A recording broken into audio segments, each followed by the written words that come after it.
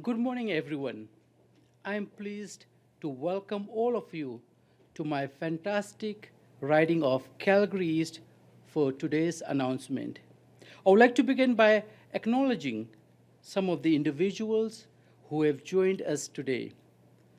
The Honorable Nicholas Milliken, Minister of Mental Health and Addiction. The Honorable Adriana Lagrange, Minister of Education.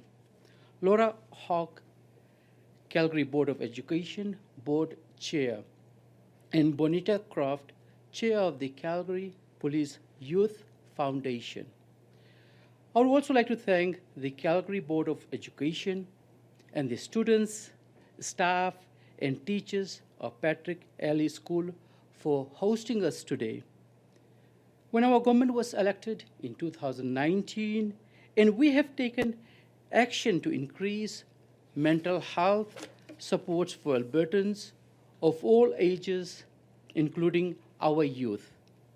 Minister Milliken, as well as Minister Lagrange, have worked tirelessly to improve services to ensure that every student who is struggling with mental health challenges has access to the supports they need to succeed in their education.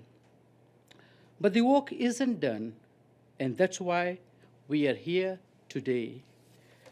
I would like to invite Minister Milliken to the podium to share details on today's very important announcement. Thank you, everyone.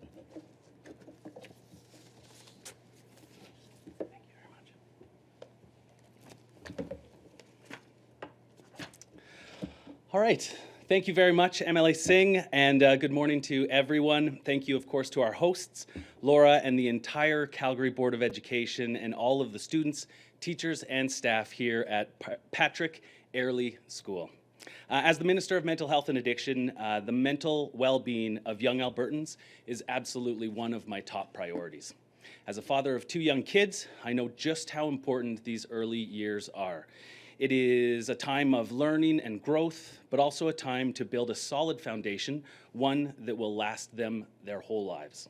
Strong mental health and emotional well-being are part of that foundation, and ensuring that our children are supported while they attend school is essential, both for their academic success and their development in life. Today, I'm pleased to announce that more children in Alberta will have access to mental health supports that help them build resilience and improve their mental well-being right here in their schools. By way of Budget 2023, Alberta's government is providing $4 million annually to expand the Integrated School Support Program to many schools across the province. Led by the Calgary Police Youth Foundation, the Integrated School Support Program provides a range of prevention and early intervention supports for students, including meal programs, after-school care, and access to school mental health professionals. The goal is to help students in their social, emotional, and physical well-being while improving their academic performance. This is because when it comes to mental health of our kids, prevention and early intervention is key. The Integrated School Support Program is currently offered at 4 schools here in Calgary in the area, where it is making a real and lasting difference in the lives of children. With this funding, we will be expanding the program to 20 additional schools for a total of 24 schools across the province. This funding is in addition to the funding that Premier Smith and I announced in March to expand CASA mental health classrooms across the province. And these 2 initiatives alone are a $14 million annual investment to expand in-school mental health supports. The CASA funding supported the creation of 20 mental health classrooms across the province, which will help so many students in grades 4 to 12 every single year. While we know that prevention and early intervention is vital to positive mental health, we also know that some students need more supports.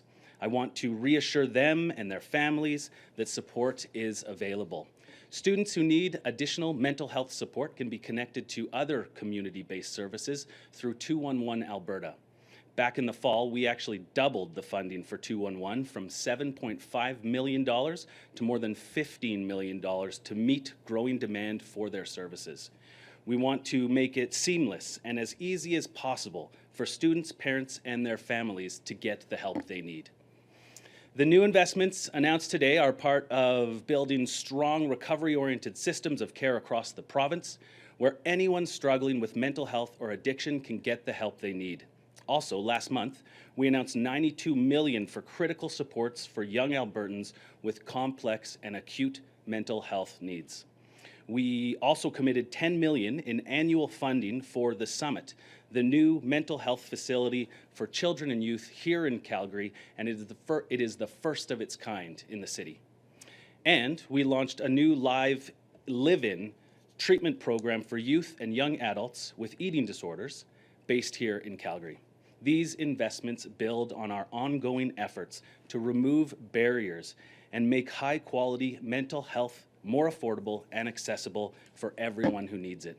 Most importantly, they ensure that help is available to children, youth, and their families where and when they need them, close to home, in the schools, in the communities. So thank you, and with that, I would like to invite Minister LaGrange to please come and make some remarks. Thank you.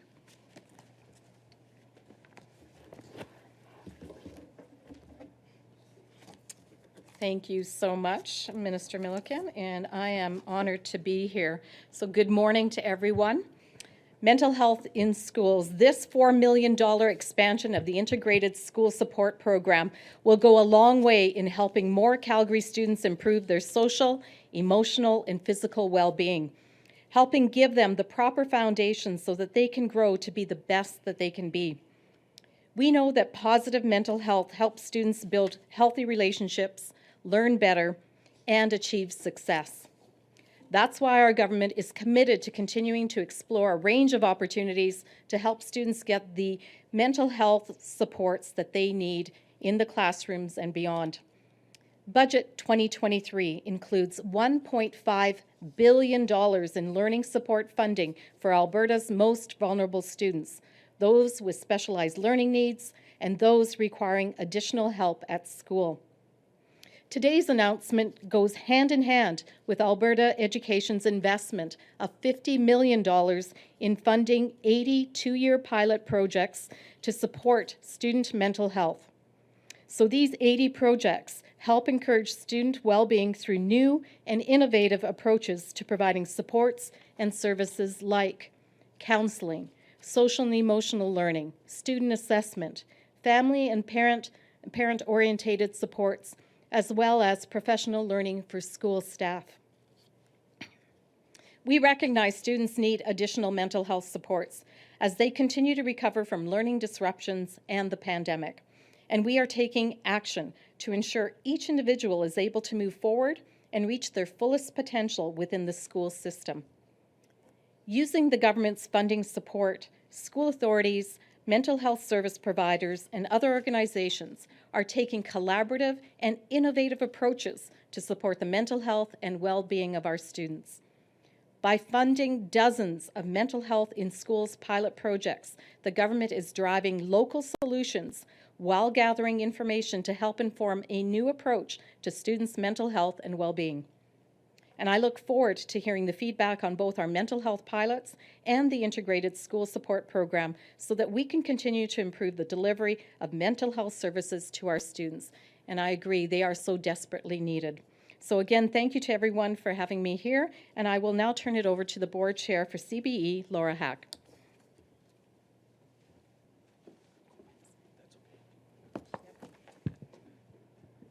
Thank you, Ministers. The Calgary Board of Education is proud to work with the Calgary Police Youth Foundation and other partners to help ensure the success of the Integrated School Support System program. We've seen firsthand the difference this program can make in the lives of students, their families, and the community. The program has become part of the heart and soul of Patrick Airley School since August 2014 and has been recently expanded to Radisson Park School this January. Through the intensive wraparound services, we are not only able to support each and every student, but their families as well. Schools are the hub of a community, and through this program, we are able to address a variety of needs that benefit the school community and beyond. We want all students to be successful in their learning, and we recognize the positive mental health is only one component that helps them fully participate in their learning. The goal is not only to improve academic performance, but to support the social, emotional, and physical well-being of students. We are pleased this program is able to continue and expand to support other students. Thank you, and I'd like to invite Benita Croft to the mic. Thank you very much. Good morning, everybody. My name is Benita Croft, and I'm Chair of the Board of Directors of the Calgary Police Youth Foundation. On behalf of the board and staff, I want to thank all of you for being here today for this very special announcement. First of all, a thank you to Minister Milliken and Minister LaGrange.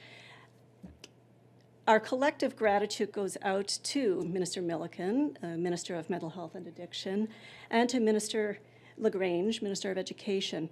We are so grateful for the support and the recognition of the importance of programs like the Integrated School Support Program. Thanks to government funding, we have begun the work of expanding the mental health supports that are provided through the Integrated School Support Program to 20 new schools across the province, helping to support thousands of students each year. For those who do not know this, the Calgary Police Youth Foundation is a registered charity in Alberta that is dedicated to giving Calgary's vulnerable children and youth a better future by keeping them safe from crime and victimization. We do this by funding 7 programs and community initiatives that provide education, prevention, and early intervention resources to children and youth from 5 to 18 years of age.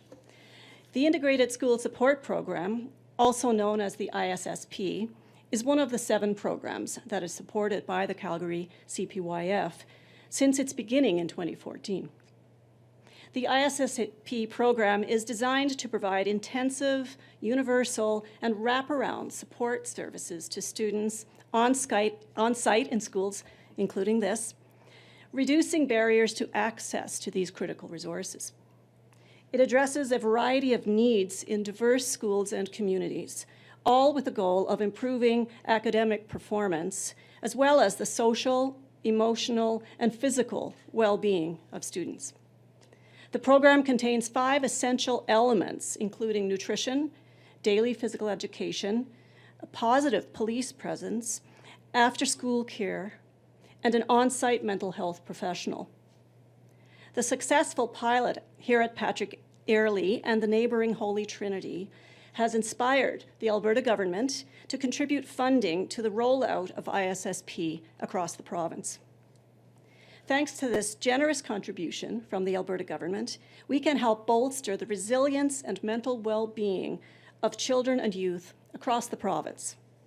By incorporating mental health professionals directly into schools, we are providing an invaluable resource for all students and their families, including those who may be experiencing issues.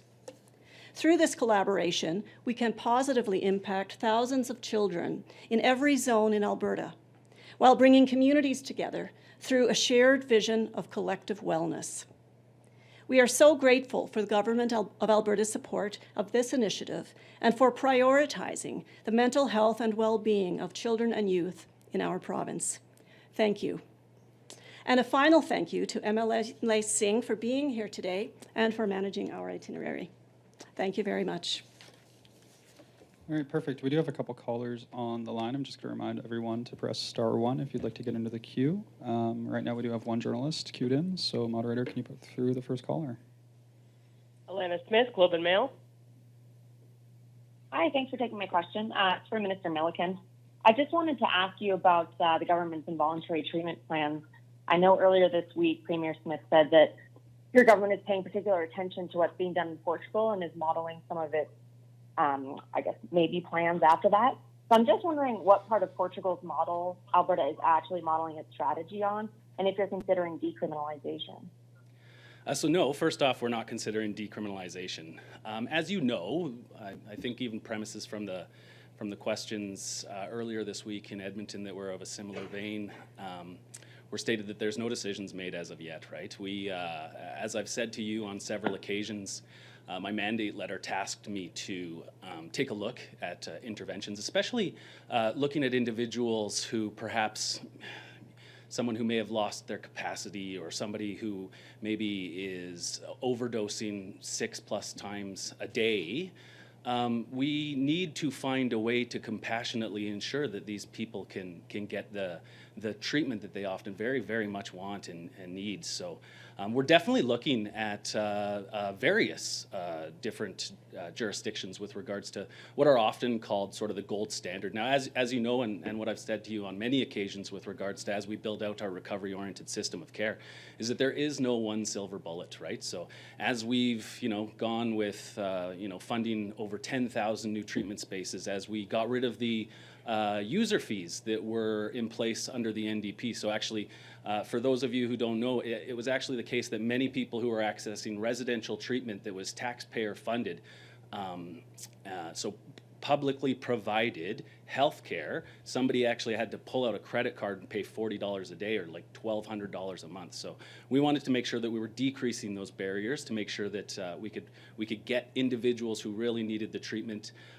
the access to that treatment, including the fact that our government was the first to actually make treatment on demand with regards to opioid agonist therapy through the virtual opioid dependency program, which is basically a situation where anybody can just call from anywhere in the province and same day have access to Suboxone or Sublocade for free with no wait times or anything along those lines. So absolutely, what we're doing is we're looking at many different jurisdictions, whether it's Portugal, whether it's the Swiss model. We are looking at all best possible practices that we can. As noted, there's no decision made right now with regards to this, but what I would say is that I think it's expected, as a resident of Alberta, I would expect that my government would ensure that they do their due diligence to ensure that any decisions that are made are done in the best possible, with the best possible information available. So thank you.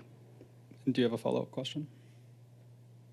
I do, yes. I just want to be really focused on involuntary treatment on this question. I understand there's been no decisions made. I also understand that you're looking at other jurisdictions across the globe, but Portugal keeps coming up time and time again from this government. They keep talking about Portugal's model. So I'll reiterate, the heart of Portugal's model is decriminalization. You said you're not looking into that. Also, as I understand it, their regional panels can refer individuals to treatment, but they cannot mandate compulsory treatment. So I'm wondering if you can be really specific here, if that's something you're considering, that there would be referrals, but not compulsory treatment if you were to follow Portugal's model. Well, what I would say, just as you probably know, there are judges here in Alberta today who are making treatment orders with regards to treatment. So those kind of things, with say, like, take a look at our expansion of the drug courts and things of that nature. You really zoned in on Portugal. Obviously, we're looking at virtually all jurisdictions to try to make sure that we can get the best practices. I guess if we're focusing in on Portugal, obviously we're including them as what we're looking at as well. And I think, as mentioned previously in the week, they have an administrative healthcare process that includes commissions for the dissuasion of drug addiction. And the goal of these commissions is to bring people into the healthcare system and get them connected with treatment and recovery services. So I guess that's probably one aspect of what we're looking at. We want to make sure that treatment and recovery, that we're treating this not as a criminal issue, but more of a healthcare issue. We believe that everybody who is in the throes of addiction should have treatment available to them, because we believe that they can live a productive life of recovery. And we want to be there compassionately to ensure that they can get the help that they need. Thanks. Perfect. Moderator, can you put through the next caller, please? Catherine Grgowski, Alberta Today. Hi, thanks for taking my question. The Mikisew Cree First Nation declared a state of emergency over a number of suicides in that community, and they've asked for provincial and federal resources. What, if anything, are you doing to address that emergency situation? Thank you very much for this, for the question on this new issue that's coming about. My heart obviously goes out to the community and the families who are facing these extremely challenging times of loss. So my heart goes out And the Ministry of Mental Health and Addiction is working closely with the Alberta Emergency Management Agency to understand the needs of the community, to see how and where we can support. I know specifically I asked this question to ensure that we'd reached out, and we are reaching out to them, to the Mikisew Cree First Nation. So we are working on that, and obviously we are always committed to working with First Nations and Métis communities to improve mental health and prevent suicide. So thank you for the question. Do you have a follow-up, Catherine? Yeah, on another topic, there was a Freedom of Information request published that showed there were 3 deaths at residential treatment centers over a number of years, and several other files that were redacted. And I'm wondering, you know, on the health side of things, we can publish if a restaurant doesn't have hand soap by the sink. So is there any plans to publish records of critical incident reports for treatment facilities in the province? Well, first and foremost, let me just start by saying that our government is extremely transparent with regards to our data surrounding the opioid crisis. I would encourage you to go to the Alberta, it's the ACEs is the acronym for it, to see all the, it's basically real-time data as to what's happening in the province. Of course, you kind of mentioned this idea of a FOIP referring to some deaths in treatment. And every death as a result of an addiction is a tragedy. And my heart goes out to any family who has lost a loved one to this illness. Our goal, obviously, is always to ensure that addiction treatment services provided in Alberta are extremely high quality and provide people with the opportunity to change their lives. And as you probably know, we require all inpatient treatment programs to be licensed, and we require accreditation as part of the funding agreement to ensure a high quality of care is being provided, which is a first in Canada, actually. So with regards to specific cases or things of that nature, what I'd do is I'd probably just refer you to my office, and we'll get back to you with some details. Thank you.